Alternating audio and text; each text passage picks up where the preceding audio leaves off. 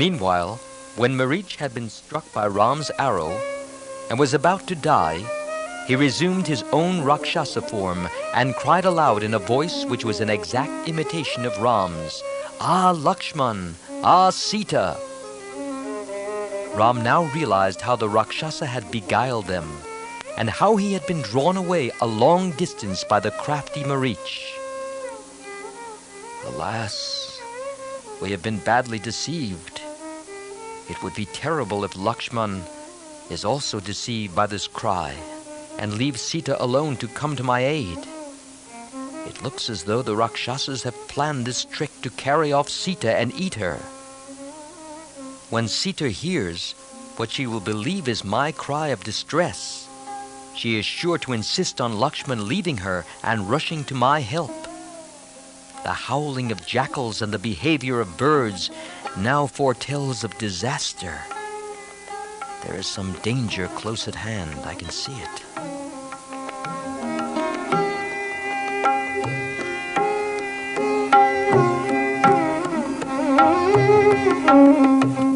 Saying this to himself, Ram hurried back to the ashram. On the way he saw Lakshman running towards him. Alas, the worst I fear has happened. He held Lakshman's hands and cried, "Why did you leave Sita alone in the forest?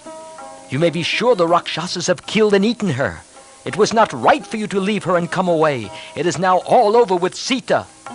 Fatigued and thirsty with the futile chase, and now overwhelmed with anger and unbearable anxiety, Ram cried again, "If I do not see Sita in the ashram when I return, I shall surely die, Lakshman. You will return to Ayodhya, the survivor of us three, and tell them what has happened. Oh, how will Kausalya bear her grief? Lakshman, you have more than fulfilled Kaikeyi's wishes. The Rakshasas will by now have expressed to Sita, poor unprotected Sita, all their pent-up hatred against us. They must have killed and eaten her up by now. How could you leave her alone and come away? How could you be deceived by Marich's false cry?"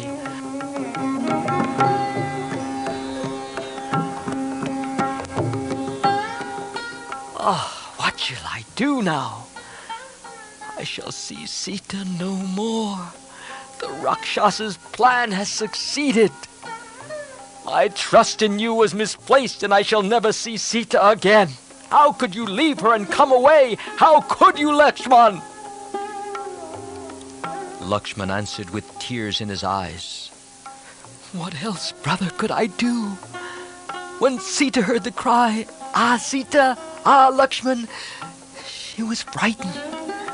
Quivering with fear, she urged me to go to you at once, and she would tolerate no delay. She persisted, whatever I said to the contrary. I told her again and again not to be afraid, and assured her that no foe was strong enough to do you harm, and that the cry of distress was not yours, but she would not listen. She charged me with having turned traitor to you, and with having come to the forest with sinful intentions. Oh, brother, she even found it possible in her anguish to say, "I would be glad of your death out of sinful intentions towards herself." I was half dead with horror on hearing those words of hers. And then she announced that she would kill herself if I did not go then. Mad herself, she maddened me with her words of reproach, and I ran towards you, not knowing what else to do. But Ram was not satisfied.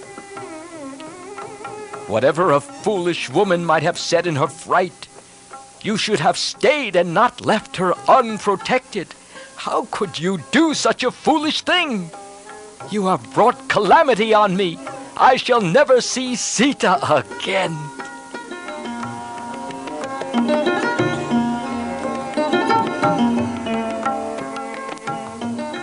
The two hurried to the ashram.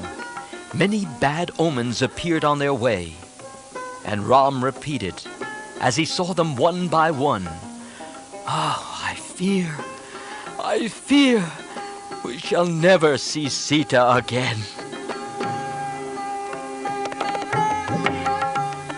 reaching the ashram, they found it as they had feared. Empty. Sita was not there. The deerskin, the kusha grass, the mat spread as a seat, all lay scattered on the ground. Ram wept and ran here and there in the grove round the cottage. The leaves and flowers on the trees had faded. Sita was nowhere to be seen. He wandered about like a crazed man. His eyes were bloodshot, and he cried, "Alas! Have they eaten her up? Have they carried her away? Oh, how she must have trembled in terror! I cannot bear the thought of it. Could it be that she has gone to the river? Yes. Could she have gone to the river to fetch water? Could it be that she has gone out maybe to pick flowers? Come, let us see." And he went searching among the trees, hoping that perhaps she was hiding and playing a practical joke on him.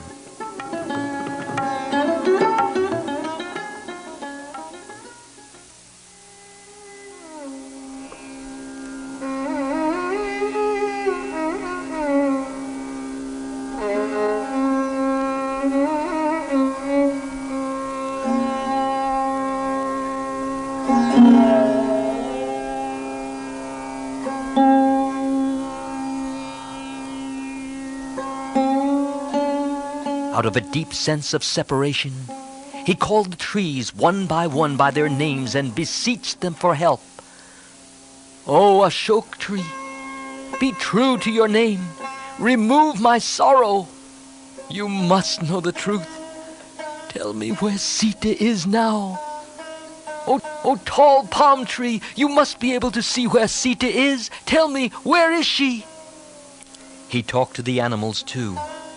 "O tiger, the elephant and the deer are afraid to tell me the truth. But you know no fear. You can tell me what has happened. You know everything. Tell me the truth." "Oh, Sita, you are hiding somewhere. Stop this fooling. I can't stand it any longer." After wandering and weeping in vain for a long time, he fell on the ground moaning. "Lakshman, Sita!" He cried like an elephant trapped in a pit. "Lakshman, Sita is nowhere. The Rakshasas have captured her and torn her to pieces and eaten her up. How can I live anymore?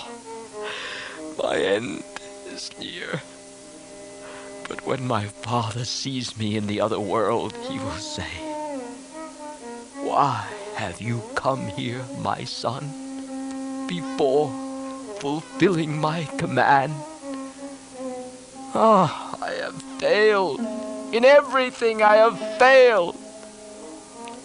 Lakshman could bear this sight no longer and said, "Brother, it is not right that you should cry like this. Let us search through the forest. You know how fond Sita is of entering caves and thickets. She may be bathing in the river or playing somewhere, or maybe gathering flowers. Let us search more. She's probably only testing us. Come, let us search again, but please do not lament." The two searched again all over the place, on hills, by pools, and on the river bank, but they did not find her. Ra moaned, "Oh, what shall I do now?" Lakshman tried to encourage him with words of hope, but Ram was inconsolable. No, my brother. There is no hope. Sita is nowhere. I have lost her. There is no point in me going on any longer." He lay unconscious for a time.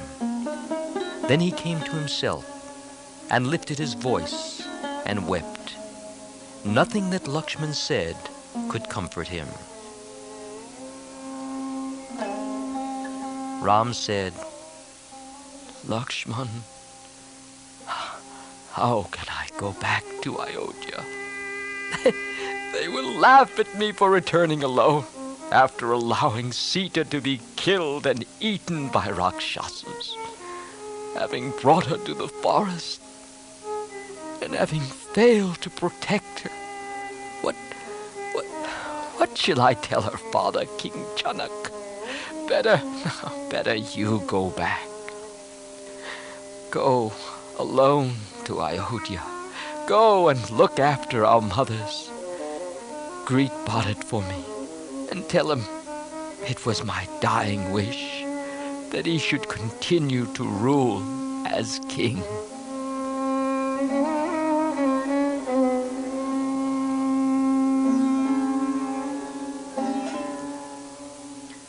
All Lakshman's efforts to console Ram were in vain.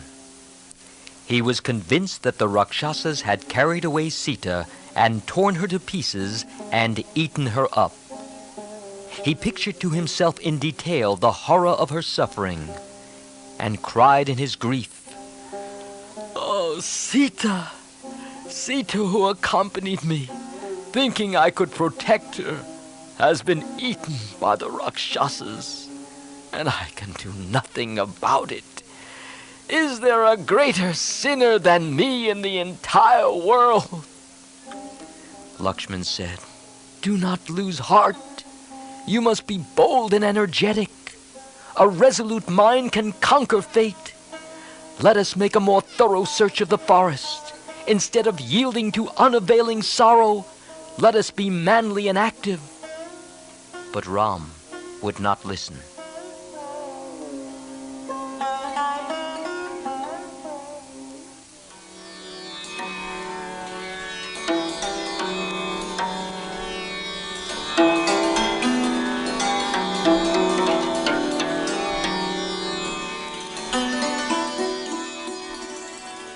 We must now pause briefly here to reflect on this poignant situation and the way in which Lord Ram has reacted to it. From external appearances, it would seem that the Lord is afflicted by the weakness of worldly grief. However, for one to harbor such a thought is an offense against the deity and should be strenuously avoided by the seeker of enlightenment for the following reasons. One must bear in mind that Lord Ram is omnipotent and thus could easily have prevented Sita's abduction. He is also omniscient, so he knows exactly where she is and what is happening to her. Further, it is he who has written this scenario and who has already arranged for and knows its final outcome. Therefore, the idea of Ram being truly grief-stricken becomes preposterous. Rather, he is playing a part in a drama that he himself has set in motion. The Lord, in order to accomplish various purposes, which will be revealed as the story progresses, has allowed the kidnapping to occur.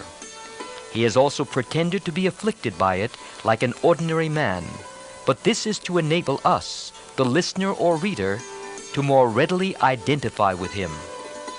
Such identification and the empathy it brings helps us to become more intimately absorbed in and attached to the Lord and His transcendental activities. This spiritual exercise not only aids us in learning moral lessons by our closely observing Lord Ram's conduct and decisions, but also purifies the heart of its ignorance and illusions and makes it gradually fit for God realization.